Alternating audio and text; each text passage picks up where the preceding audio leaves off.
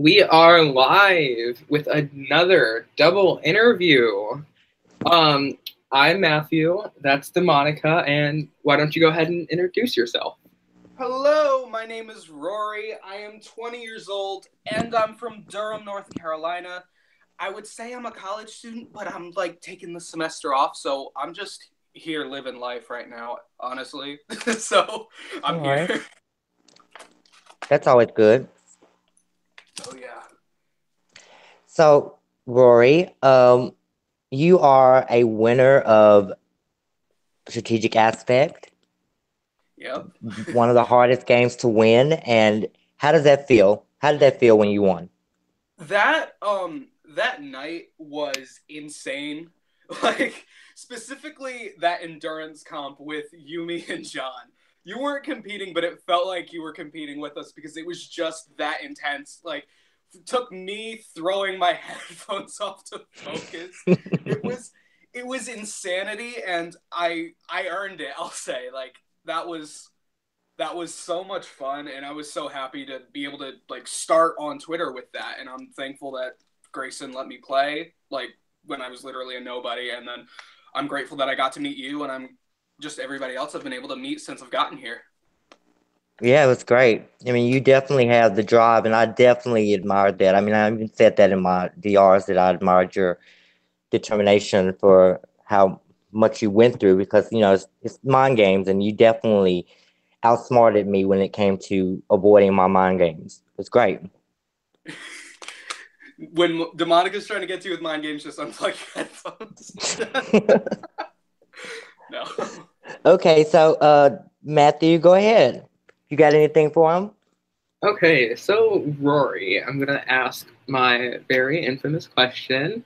Um, Being that Demonica's game is just so filled with powers and twists, how are you gonna work your way through the twists, and how are you gonna use powers to your advantage?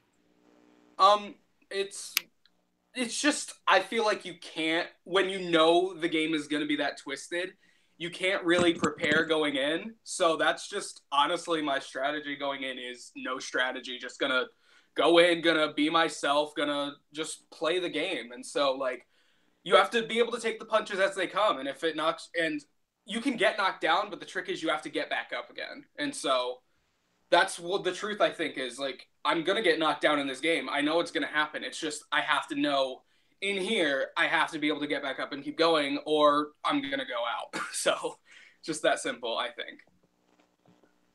Okay. Um, so without revealing like too much, is there like any specific like way that you're gonna try to maneuver through people or like get people on your good side? I'm just gonna be myself because the biggest thing I've learned is if you're not being authentic, that makes people more mad than when you're being yourself and you're just being annoying. So I'm just gonna be me, and if you don't like me, then so be it. But you're gonna get the real me. I'm not gonna put on a character. It's yes, it's a show, but I'm not putting on a show for you. I'm putting on a show for Demonica and for the viewers. So I'm gonna be myself. And if you don't like me, then deal with it. um, Fuck, I had a question. Uh, oh, okay. So, which personality type would you say that you couldn't stand like the most? Ooh, I ooh, I really like felt like before I even started playing games, like watching like Big Brother and Survivor and stuff like that, I couldn't stand like the alpha male archetype, like the guy who literally sits there and thinks, "Oh, I've got this entire game in my back pocket. There's absolutely nothing that could go wrong." And ironically, in a game recently, I fell victim to that. But I'm not going to talk about that, even though I just did. So that's just the type I can't stand is the guy who thinks everything revolves around him. Okay. Demonica, back to you. Okay, guys, I'm sorry, I just got no votes, so I'm safe. Okay, forgive me. Okay, um, okay. So Rory, you have such. When I watch you play, I love to watch you play because any game, that you're in, because I haven't really seen you play in a lot of games, but I've heard about you playing in games and stuff, but you just have so much passion when it comes to playing these games. Where does that passion come from? Are you a competitive person by nature? Oh, it's just who I am. Other than looking the same, the biggest thing I get from my dad is his competitive nature. And so it's a little bit of just being competitive, but it's also the fact that I care.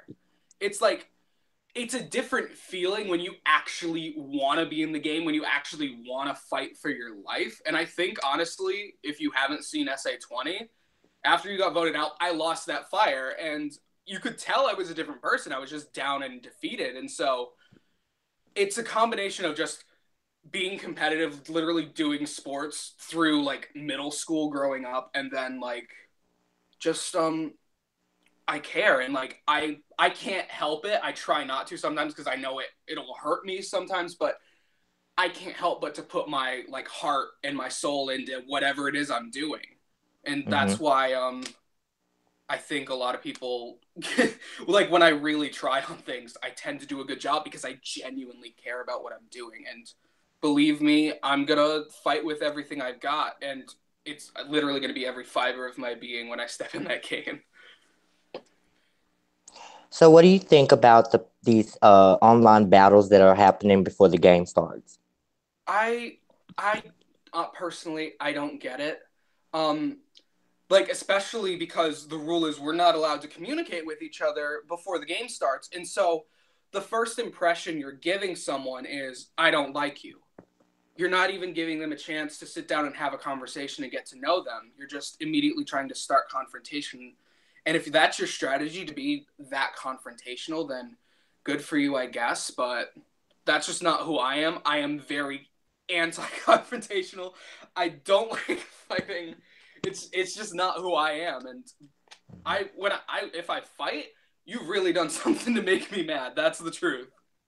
So, you believe that you can win a battle without being brutal or confrontational? I believe you can. It might be a little bit harder, but I believe you can. I believe that's possible. I mean, yeah, I mean, of course, because you've proven that. I fought with you all through the SA 19, and you won, and you pretty much didn't really fight me back. I mean, you responded to my, whatever I was doing to you, but you weren't aggressive. Yeah, that's it's just I'm not really an aggressive person. I've never actually gotten in a like fist fight in my life. It's just not who I am. And so Hmm. like I said, I'm not going to be fake. I'm not going to be something that I'm not. So I'm not going to come in here and start a petty fight because that's just not who I am. Especially not before the game starts. Okay, Matthew. I didn't mean to come on camera. Anyways, um, we have a few fan asked questions. The first question is from Tyler, and Tyler asks, Coke or Pepsi? I think it's funny that you asked that because I don't like either. I actually am a root beer person. If not, I'm kind of like just cutting back on soda altogether. Oh So, my God, me too. I love root beer. yes. Yeah, I love root I beer. do. I prefer root beer over anything. Same. Like when I'm being bad, I'm drinking root beer. Okay, so this next question is from Taylor. Taylor asks, who is the type of person you would align with the most? um, I so when I'm playing a game, and I think it comes from my like genuine hatred of the alpha male dictator type. Um, I want to work with people on a mutual level with mutual respect for each other. I don't like the dominating alliance. It's like if we're going to work together, we are going to work together. I'm not going to tell you what to do. You're not going to tell me what to do. We're going to figure it out together. And even if that means I give up my game for you one round, then I'll do that because I trust you and you're my ally. And so that's what I look for with people is just genuine people and people who actually want to play the game and people who actually want to work together. I'm not a big fan of floaters either, if I didn't just basically say that. Okay.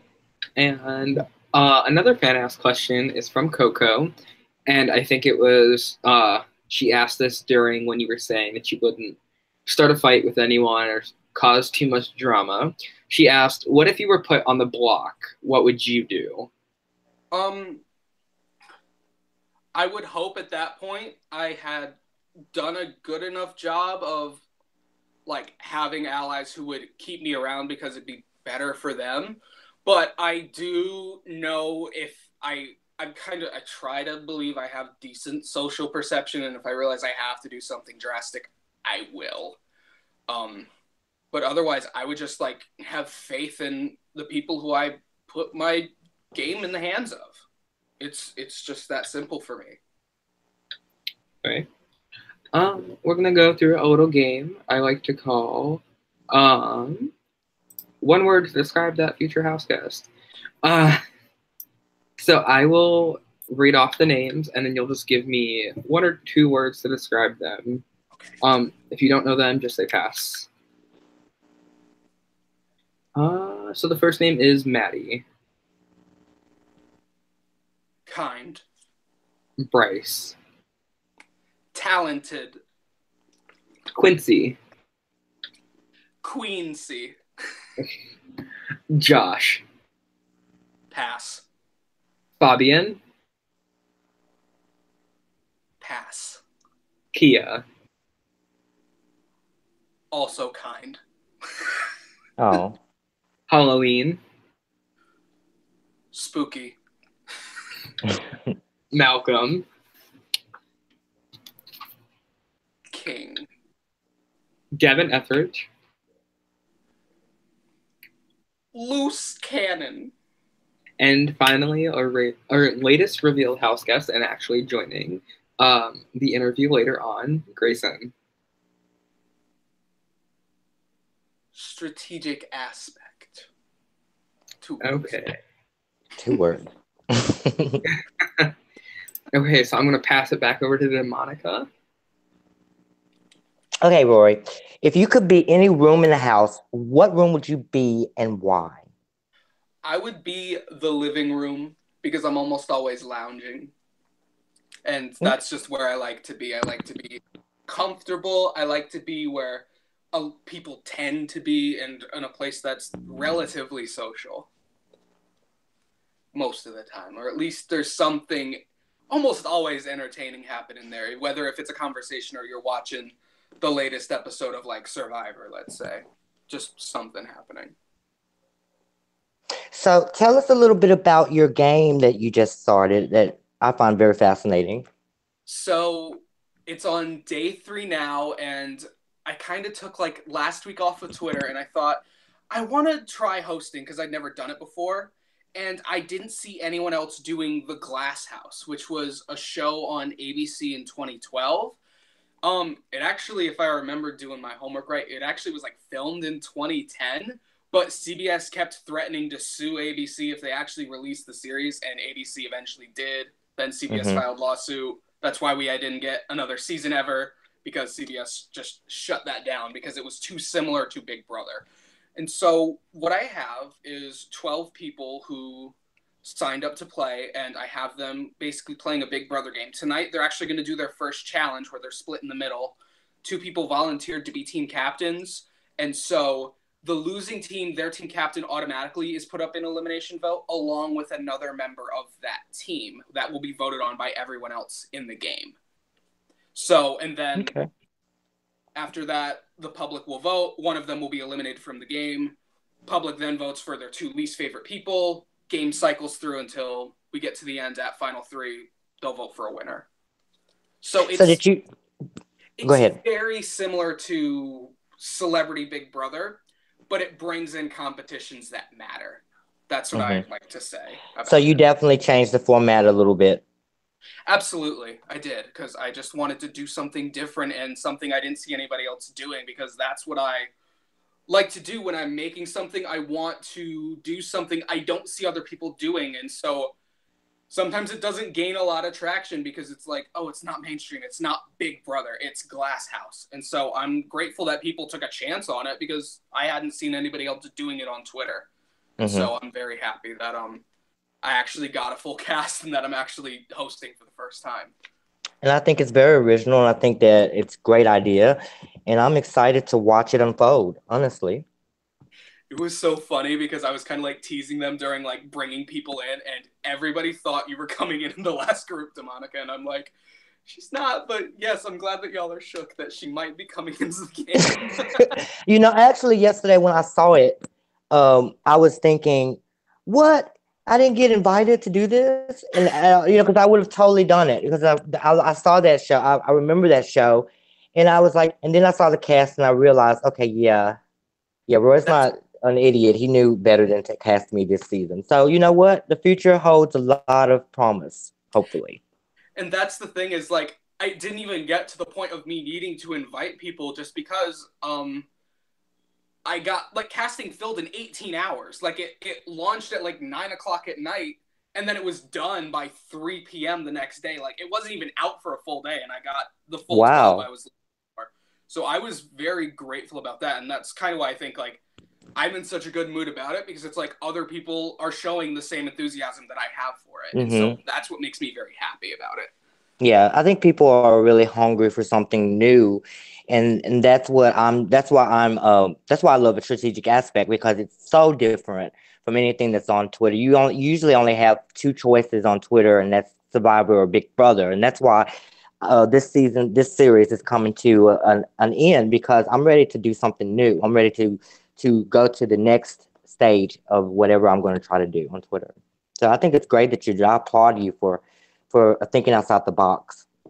Yeah, I sat down and brainstormed and I came up with a couple other things that I'll maybe do later, but I want to just get through Glass House first. I agree. Totally agree. Matthew, have anything? Okay, we have a few more fan asked questions. Um, the first question is from Coco, and Coco asked, "What's your favorite cartoon character?" Favorite cartoon character, Stitch, hands down. Okay. Stitch from Lilo and Stitch. Like, there's no debate. The next question is from Gromit Fan, and he asked, "Which is better, Glass House or BB?"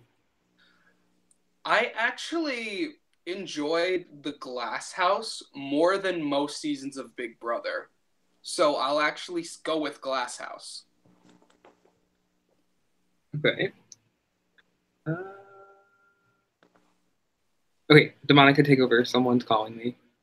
Oh, okay. Well, Roy. Okay, hold on. Let me give me a second because I was just caught off guard. I don't get the fan questions. That's his department. But so who are some people that you are not wanting to see in this season? Okay, so it's not going to be a specific name, because the person I don't want to see in this game are people who are gonna like jump to conclusions. It's going to be the people who have only watched Strategic Aspect, watch me be a complete train wreck because they've only watched 20, and they're just going to assume that's me, and they're not going to take the time to get to know me, and they're going to judge me before they know me. So the kind of people I don't want to see are the people who have just already decided in their mind that I can't be trusted and that like I can't be relied on. So that's what I want. I want people to just come into this game with an open mind because that's what I'm doing. Like I've literally not made any plans in this game. And, I'm sure other people have already like figured out who they're going to the final three with based on these cast interviews. Like there could be somebody who's done that, but that's just not me. So Gavin said last night that he's bringing in. He definitely judges people based on his past experiences with them. Do you think that that's a smart idea? Do you think that that's something that you should do when you're entering a game like this?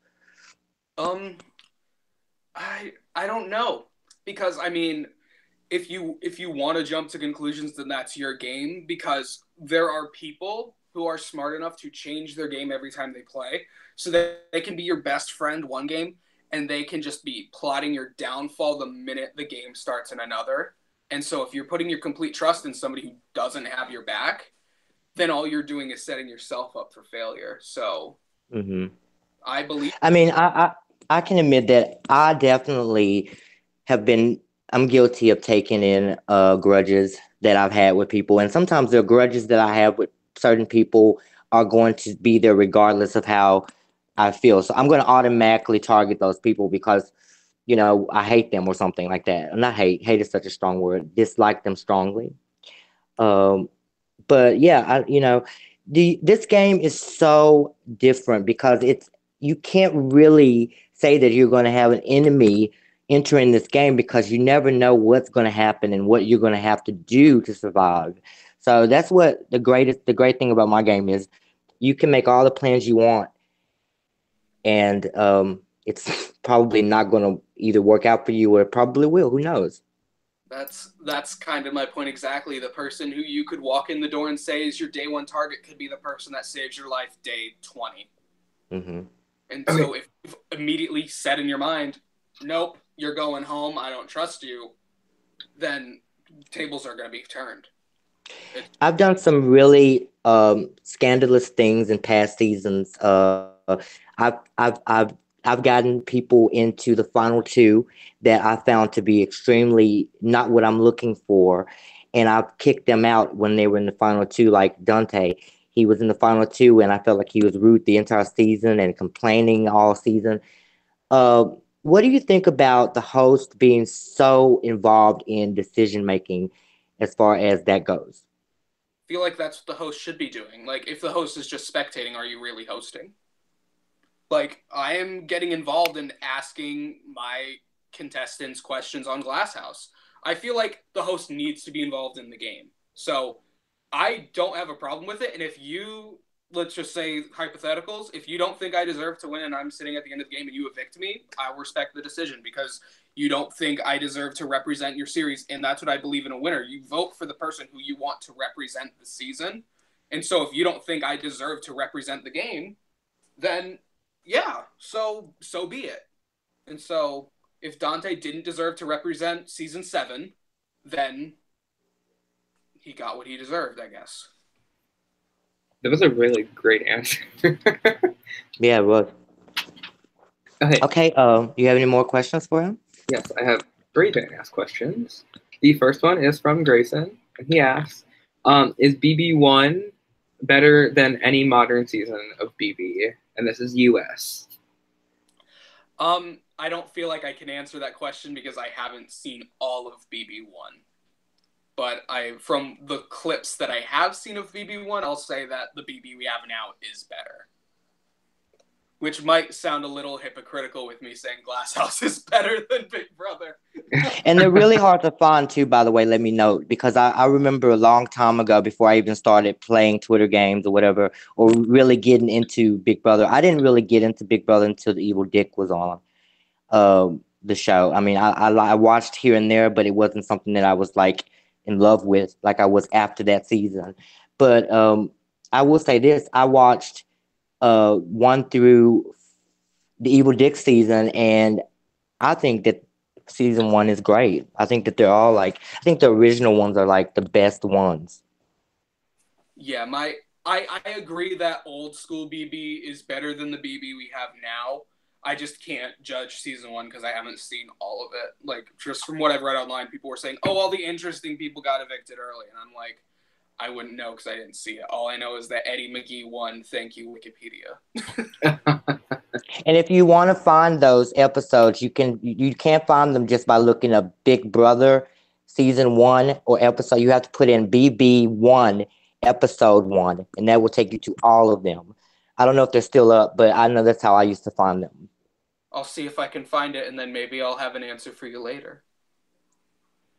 Okay, the next question was asked by Gromit Fan, and he asked, how many seasons of Big Brother have you watched? Okay, so first experience I had with Big Brother was watching only the finale of BB13 and watching a redheaded girl named Rachel Riley scream after winning $500,000. And so I was confused. didn't watch it until BB16 was the first time I became like the full-time BB fan, and then I watched seasons 2 through basically every other season during the weekends of my freshman year of college. That's how I spent my weekends. I wasn't out drinking and partying. I was in my dorm watching Big Brother. Okay. The next and probably final fan asked question is from Greyson, and Greyson said, "What kind of dog do you have?" Got a Rottweiler. His name is Tiny. And on the floor, you can't see her, but she's a yellow lab, and her name is Kitty. My dad named both of them, which is why they're named so appropriately. Labs are so smart, too. I used to have one named Lita, because I'm a big wrestling fan. She was so smart. She was a very smart dog. I think somebody stole her, though. Oh, wow. Yeah. Okay, so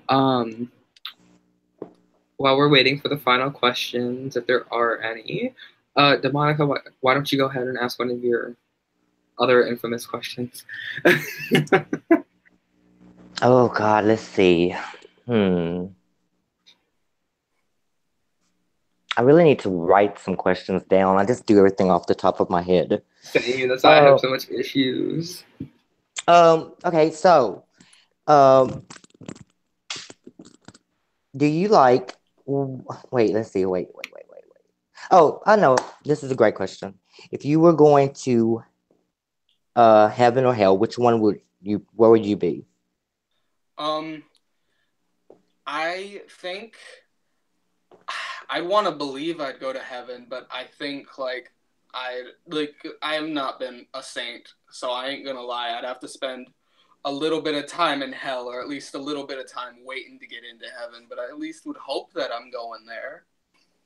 I would hope so. Okay. The final fan asked question for Rory's part of the interview is from Greyson. And Greyson said, "What is your favorite season of Strategic Aspect?"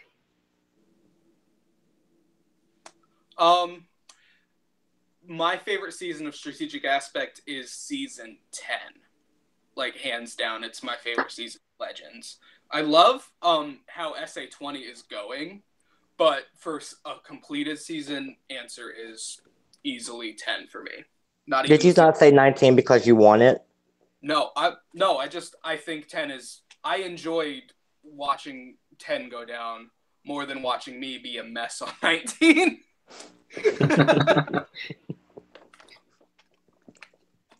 I'm self-absorbed, so I'm gonna say that I like 19 and 20, and I like the season that Jalen was on. I can't remember what season that. I know he's been on there, 11, but 12, I think it was 15. Yeah, I think it was like the last one he did. I think I like that season too. Okay. Well, Rory, we are coming to the end of our interview tonight, I think. Am I right, Matthew? The end of the first part of the interview. I want you to look into the camera, and I want you to tell the future housemates, the future fans, people who don't like you, whoever. I want you to tell them, just give them a message tonight. Okay.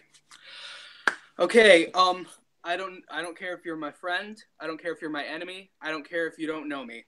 I want you to play this game with everything you got, because I know that's what I'm gonna do. So I can't wait to meet you, and hopefully I can't wait to take you down. Because what? Villains play the game. That's his quote. That's my favorite quote he's ever said. Villains play the game. Okay, thank you so much, Rory, for joining us. If you can go ahead and exit to your right, that would be amazing. That'd be this Thank you, Rory. I can't wait to see you on the 29th. Okay, goodbye. Bye. Okay, while we have our little intermission between Rory and Greyson, we're just gonna sit here and just kind of act like we know what we're doing. We probably need to write down some questions because Grayson's a tough one. Oh, true.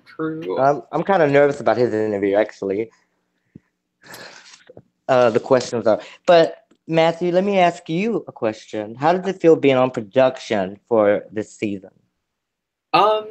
So being on production for this season, it really like shows me how much work goes into like creating one of these DSBB seasons, and it kind of just lets me show like it just shows me how much like production helps, how much the players are so active, and just like how much you have to do by yourself.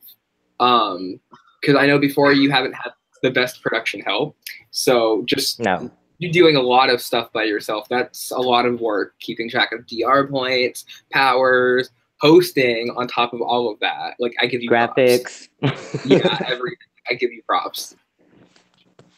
Well, the king has arrived. No, Demonica, you're the queen. Like, hands down, I'm excited to play this game.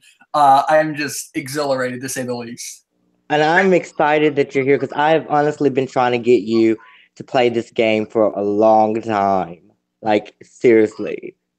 And your brother played. Eric is one of our favorites here at the DSBB Palace. And I think it's just, it's magical. I feel complete.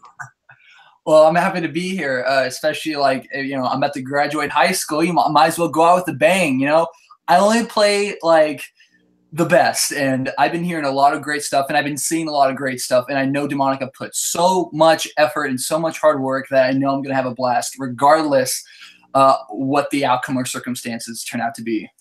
But yeah. A delight. It's such a delight to be here. Like, honestly, like, it's been a while. Hibernation. Every year I play one long game, and so glad to be playing this one finally.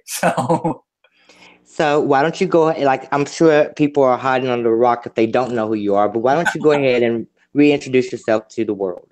You got it. I am Greyson Gibson. I have created an iconic game, Strategic Aspect, but not as iconic as DSBB.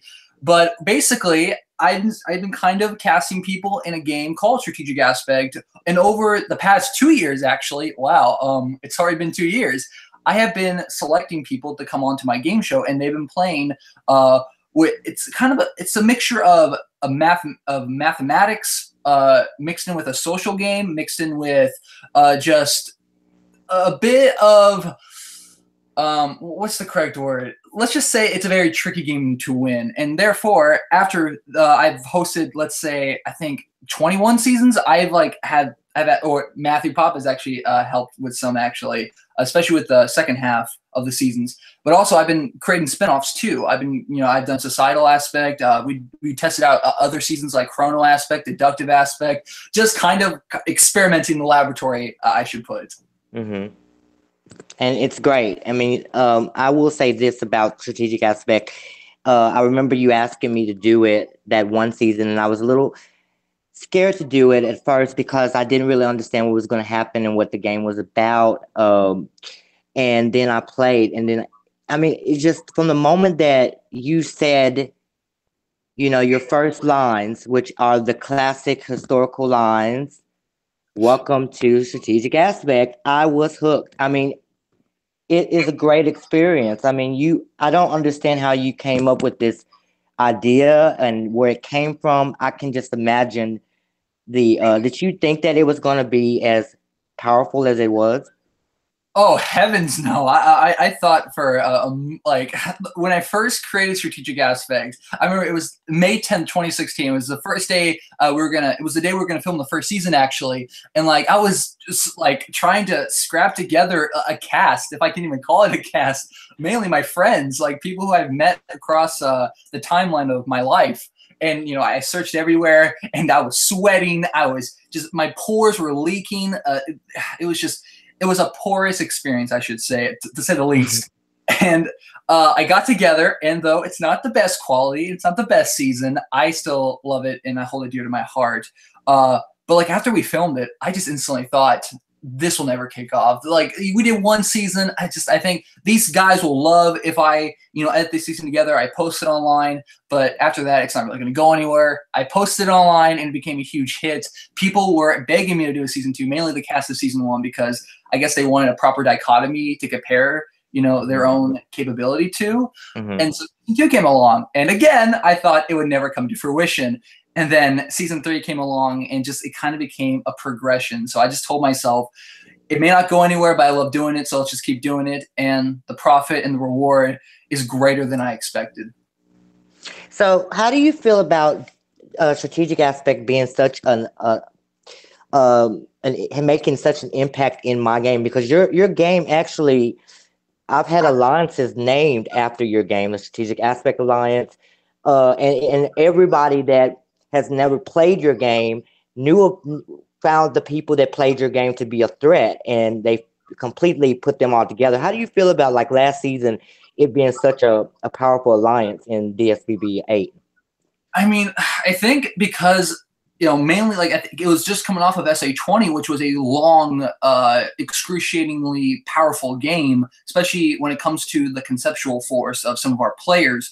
I think honestly, strategic aspect, to put you in like a Google Hangout 24/7. These people played a 21-day game, and they were together for 3 weeks. They slept, they ate, they crapped on the calls even. Like, they did everything.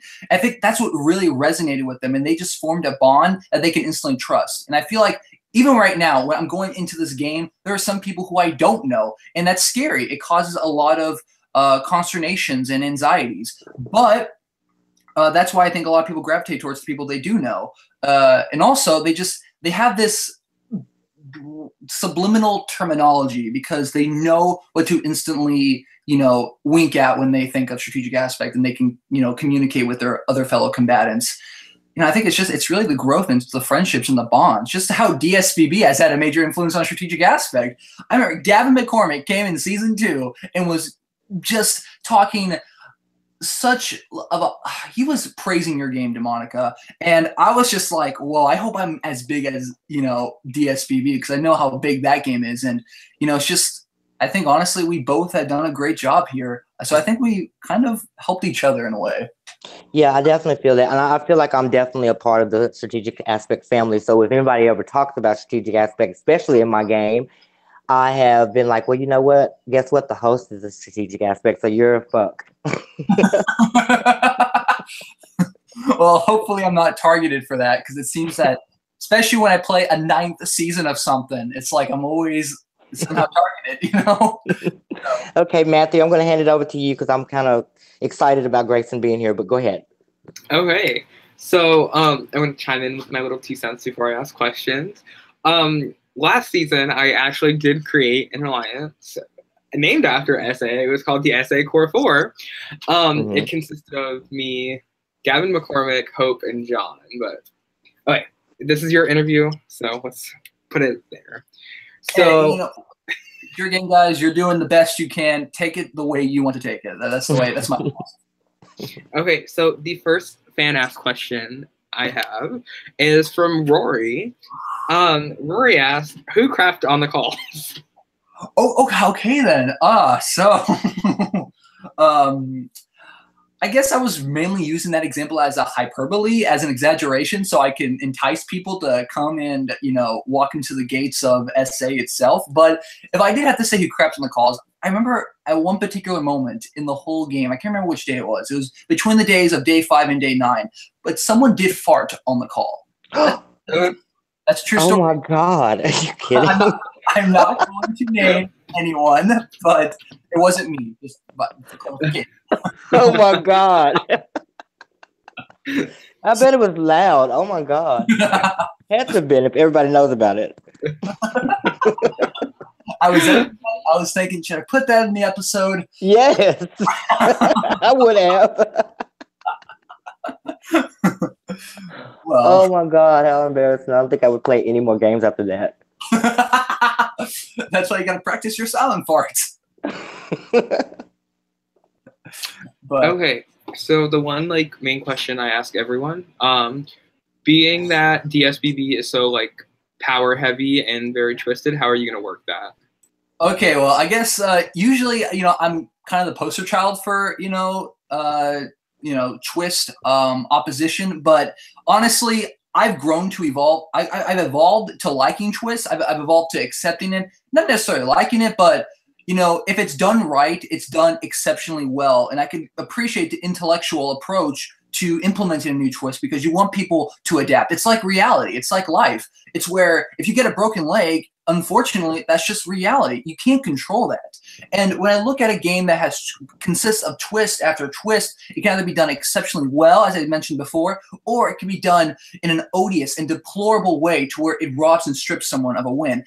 Demonic, on the other hand, I would not have signed up if I knew that she had unfair twists. She has methodically concocted, amazing employee twists that I'm excited to experience and to have fun with. Honestly, guys, don't beat up on anyone's game because of, you know, twists or, you know, powers or any of that. It can be agonizing at times, but at the same time, if you play a game that's professionally well developed, that's handled very meticulously, and is just given the power that's the equivalent to an ascension, I think honestly you need to appreciate that game and hold on to it as much as you can, because, you know, when DSBB was announced that it was ending soon, I was in awe. Like I was surprised, to say the least, and I was just kind of in a downward. It was kind of a downward spiral when it came to that. But I was like, you know what, I might as well go into it now, whether it's canceled or not. I'm going to go into it and have fun as much as I can, because Demonica can do twists extremely well, and I haven't seen a bad twist done yet. And I think I think that you know, when people complain about the twist, I feel like everybody has the same opportunities to possess twist, to possess power in the game. I mean, like, especially when you have a DR opportunity to win points to get powers, buy powers with your points. I mean, you should not have any complaints if you don't take the opportunity to go into the DR room. So I totally agree with you. And another thing is, I did hear that you didn't like games that were so twisted out. Because I don't know if anybody knows this or not, but Greyson is probably one of the only people in this community to ever use a power or a some type of advantage to save me in a game. And I've never forgotten that. I've never forgotten you saving me that time in BBLG. Two, I think. I'm not sure, but I've always loved you since that moment, because you definitely were you weren't selfish, and you just were so wonderful. You were my hero, and I just never forgotten that. Well, I look at these games as, you know, it's a social opportunity to, like, just integrate yourself into a society that's never going to happen again. It's like BBLG 2, that will never happen again. So if I didn't take that opportunity now, probably wouldn't be sitting here with such an amazing people like Matthew and Demonica.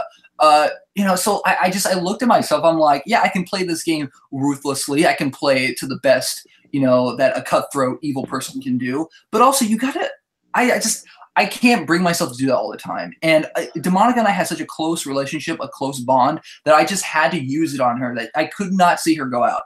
So I guess that kind of does unveil a certain part of my strategy, is that if you tug at my heartstrings quite enough, like, I'm there to play, but if you tug at them deep enough, then I will be persuaded to help you, you know?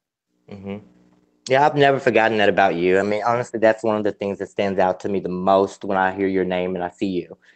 So it's just great. It was wonderful. And that was a long time ago. Oh, 2 years, actually. Oh, my gosh. And okay, Matthew. Okay, so we're going to play a little game I like to call one word or two for that house guest. I think you watched the broadcast before you joined, but I'll say a name of a confirmed house guest, and then you just give me one word to describe them. Okay. So, Maddie. Queen or king. Bryce. Amazing. Quincy. Delectable. Josh. Unknown. Fabian. Odious. Kia.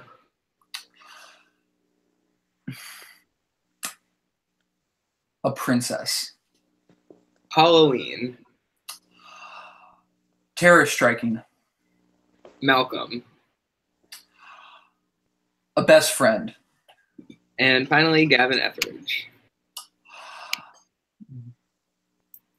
A sweet yet chaotic young man. Okay. You have like no fan ask questions anywhere. Let me check Twitter. Unfortunately, but So being that DSBB is mainly Skype and Google Hangouts, for competitions, for strategy talk, for almost anything, how are you going to use that to your advantage? And like, are you better at that, like GH and Skype, or are you better at Twitter games? okay. Okay, there's actually two sides to this. I feel like it's just the format and like where you're put in. If you're put into a Twitter game, you gotta like memorize the assets in that Twitter game. Like you gotta utilize every single portion. Like when was this message posted, or when did someone read a message? Can they read messages? How do they meticulously type out their messages? Is there actual effort, or is there just I type something out, I press send, or Google Hangout and Skype, there's actual communication, there's actual talk, and there's actual, bonds there. For example, I'm on camera right now. I'm talking literally. If I was just on my phone, just, typing away, then you wouldn't see, my either manipulative or cute face. You just wouldn't see that. So ultimately, it's just how you use it. But if I had to pick a certain preference, I'd go with the Skype and the Google Hangouts. Those are more challenging, essentially. With DMs, I can better plan what I'm going to send at a certain time.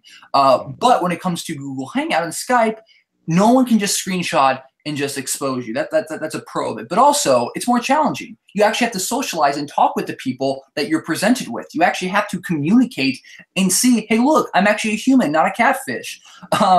It's stuff like that. And it makes it feel genuine, authentic, and real. Those are the games I really enjoy and I really love. And if I do ever play another game in the future, it will likely be, something of that caliber, not just a simple DM that the stand Twitter utilizes conceptually and very well. So I'll sometimes even get in the bath. Like I remember RBB16 in spring of 2015, I got in the bath with my After Dark Alliance at 2 a.m. I was tired, I needed to bathe, but I couldn't waste a single second. I had to talk with them. So I got my swim trunks on and I dived into the hot tub, or not the hot tub, the tub. And let's just say that I was younger and more cocky. So Okay. You're great, Greyson. I love it. I'm excited. If you could be any fruit, what would you be and why? Uh-oh, Matthew. Okay. Okay. Okay. I want to be a delectable fruit, obviously. So bruised bananas, get out of the way. Or bruised pears or bruised anything, essentially. I guess I'd be an apple, actually. Because they're hard, they're tough, but yet if you bite into them, they're just sweet, nice, and sometimes sour if you bite them the wrong way. And they can be of any color, any flavor. Therefore, there's a variety. You're able to utilize every single portion. Unlike with peaches or with bananas, they're not going to be any other color. So apple, and also, biblically and Babylonian-esque, and Big Brother 19, not much I really care for that season besides the whole theme, which is apples and temptation. Mm-hmm. And you give them to your educator. Oh yes, we do. That's how you pass high school, everyone. Okay, if you could be in a room in the house, which room would you be in? Why? I'd be in my bedroom because unlike the living room or the kitchen or the laundry room, there's constant people coming in at random points. So it kind of bombards and startles me when someone just walks in and starts talking to me. So usually if I had to pick, it'd be my room, essentially, because I can pretend it's an HOH room, first of all. And second of all, I can just ponder and think and just, kind of just enjoy the silence, just enjoy, the gradual evolution of reality and its existence, essentially. So yes, though it may seem arduous to some other people, I like to take that moment and just lie down and just think. And that's how crazy ideas like strategic aspect come into my brain, even though it's cruelty. you're a film student. You love movie. You like making movies and stuff like that. And I've seen some of your shorts. What what does that feel like to create a film? Uh, Filmmaking, or just storytelling in general. Because I love to write. I love to, acting is not much of a, priority when it comes to the other stuff. But if I do have to act, I'll act.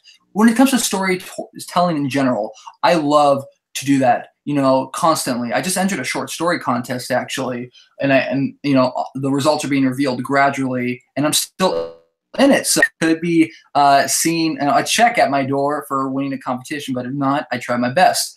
I just love storytelling though. It's great to craft and truly tug at your own heartstrings, to really to bring out the best in you, to bring out a high, okay, I had to reassess what my thinking right now.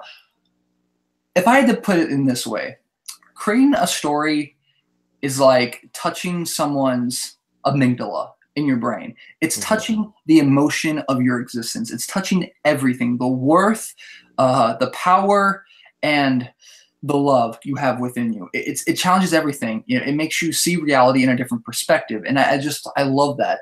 And I like to challenge myself. I like to think, could I make something of that, of that beauty? Can I truly capture the moment of any consternation or any amiable features?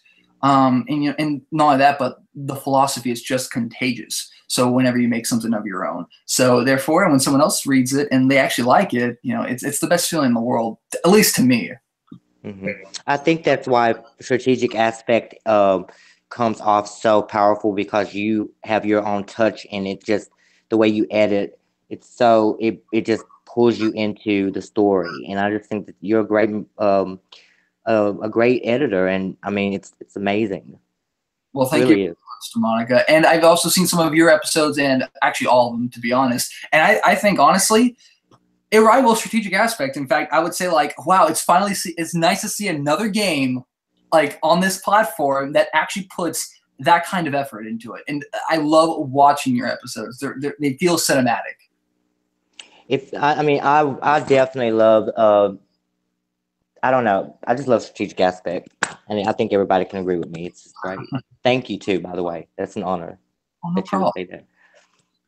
It's common knowledge. It's like DSBB is like one of the greats. And I do. Yeah, mean we that. share the same time slots. We're on the same network. We do. So, Matthew, any more?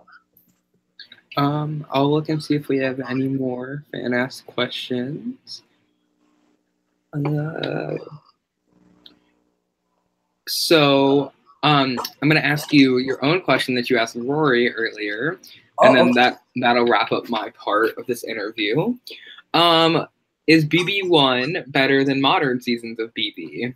Thank you for giving me the spotlight on this question, Matthew Papa. I'm excited and delighted to revel in just okay, and the appency of Big Brother 1. Big Brother 1 at first is a boring, arduous, long season, okay? But then after watching the fast-paced, dramatic, just over sensory features of Big Brother 1819, it's just kind of like, it's nice to just go back to old school Big Brother and just watch a bunch of people hang out, just watch them talk and just actually be human. They're not arguing based off nominations. Well, I guess they are because they're nominating each other, but it's still cutthroat, but it's more about human interaction. It's like they don't get mad that someone wins something. Really, they get mad because someone ticked them off. It's real human interaction that I love to watch. It's just nice to just kind of have it on the background and just watch humans be humans, especially to study dialogue and to study how people interact, especially in the year 2000. Very interesting, very interesting. But also, Big Brother 2. I mean, you got to give it up for Big Brother 2. I mean, just old school Big Brother in general. It's just it's a glory to watch. And I'm gonna give you a question that you asked me. Oh Who God. is your who is your best player of strategic aspect? Oh no, Mr. Monica, you're putting me on the spot. Now you know how it feels, huh? Okay. Oh gosh. Okay. I apologize sincerely for that. Okay. Oh. Well, I'm gonna go for it. I'm going to say we're doing a commentary right now over second gen All Stars. Jalen Rune, I have to say, he's probably the best strategic aspect player, and he'll probably never come back to SA because I just announced that. But gotta live a little. So I have to agree with you. I think Jalen is pretty swift, and you know he's pretty. I definitely, as soon as I saw him, I didn't know anything about him, and I wanted him out. oh, but in terms of entertainment, Demonica, hands down. I mean, I would invite you for every season if I could. You know, if that was the normality. You know, it's like because you just bring so much fire, and you know, you bring the spirit. It's like even the most strategic players can sometimes lack the spirit and the entity that is the game itself at times. So that's why I love having you on at times. Oh, thank you. I love it too, and I'm just there to have fun. You know, I'm not. I want to win, but you know, at the end of the day, I am up against some of the best players that you know, and it's just you have to really know your place sometimes, and I do. I realize that I'm a character player, and that's what I do best. But I'm not to be underestimated either. That definitely. No, Demonica. I mean, SA20, and like even just looking at the raw footage, you were able to rally and accumulate some of the most strategic and you know surprising people that you thought would never get along. You know, it's like especially after you and Rory's debacle in SA19, you think they would never get along, but you guys buried the hatchet. So I give you props just as much as I give Rory props. You guys legitimately concocted probably the best blindside in the history, even if it was a fiasco. It still was an iconic lesson into using your brain. So I give you guys maybe. And I'm glad that I didn't get Jalen out though, because I mean I feel like he needed to be there more than me, and like you know it just was the time for it. Just was I feel like it was supposed to be that way, you know. Even though it didn't work out in my favor, but I feel like honestly taking him out of that situation would have been really sad. And I'm kind of, you know, the sacrifice of myself was meant for that. So, you know, the future holds a lot of things, and hopefully that will happen. But, you know, I believe that I've always said this when I have an enemy, like I used to have a girl that I worked with, and we hated each other. Actually, I would kick her ass a lot. Like we would fight, and I remember fighting her a lot. But anytime me and her were on stage, and I just didn't beat her up, you guys. Don't think I'm just a bully. No, we would fight because we would be, you know, it would be horrible, but between each other. But whenever we would hit the stage together, it would be magic. And you know, and I learned that a long time ago is that you know your enemy can also be your best ally too. So Keep your friends close and your enemies closer. that's right. That's right. I haven't had the best outing with BBLG2, but because of that, Strategic Aspect was born. So there you go. Hence the lesson Demonica is spilling to you guys. It legitimately does make a difference. You know, whatever, you know, what the domino effect happens to be. And, you know, so you got to take the good with the bad. Mm-hmm. Well, we've come to the end of our interview, and I want you to look into the camera, and I want you to give a message to your future housemates and the people that are going to watch you. And the floor is yours. Thank you very much, Monica. Okay, house guests. I may be your best friend. I may be an odious person. But regardless of the circumstance, regardless of the abnormality or the normality of our relationship, we got to all realize that we all have, you know, flesh. We all have organs. We all have a brain. You know, therefore, that makes us human. That makes us a unit. And therefore, I think if we don't learn how each one of us operates and connects, then we truly cannot connect as a species. We can't be a cohesive group. You know, therefore, I think I will be your best friend if you touch my heart. But if you start rubbing my friends and myself all over the floor with the most disgusting, most deplorable piece of anything, then beware. Your butt is mine. Wow. Wow. Woo! Okay. Got the goosebumps. That was great, and what a great way to end the interviewing series. Matthew, don't you agree? Yes. Okay. So, thank you, Greyson, so much for joining us tonight. So you could go ahead and exit to your right. Leave the call. Well, thank you very much, guys. I'm excited for the 29th, so stay tuned. I want to say something before you end the broadcast to the viewers. So was I. You could go first. Okay, great. You can go first. No, mine's like more of a closing. So. Okay. This is my message to the housemates. I want you to buckle up because this season is not like any other season. And I've said that before, but this time I really mean it. Welcome to hell, bitches, and get ready. Okay. So thank you so much to everyone that we interviewed and all our viewers. Meet us back here on March 29th, time to be determined, for the premiere of DSBB9 Hell. I'm Matthew, that's your host and creator, Demonica.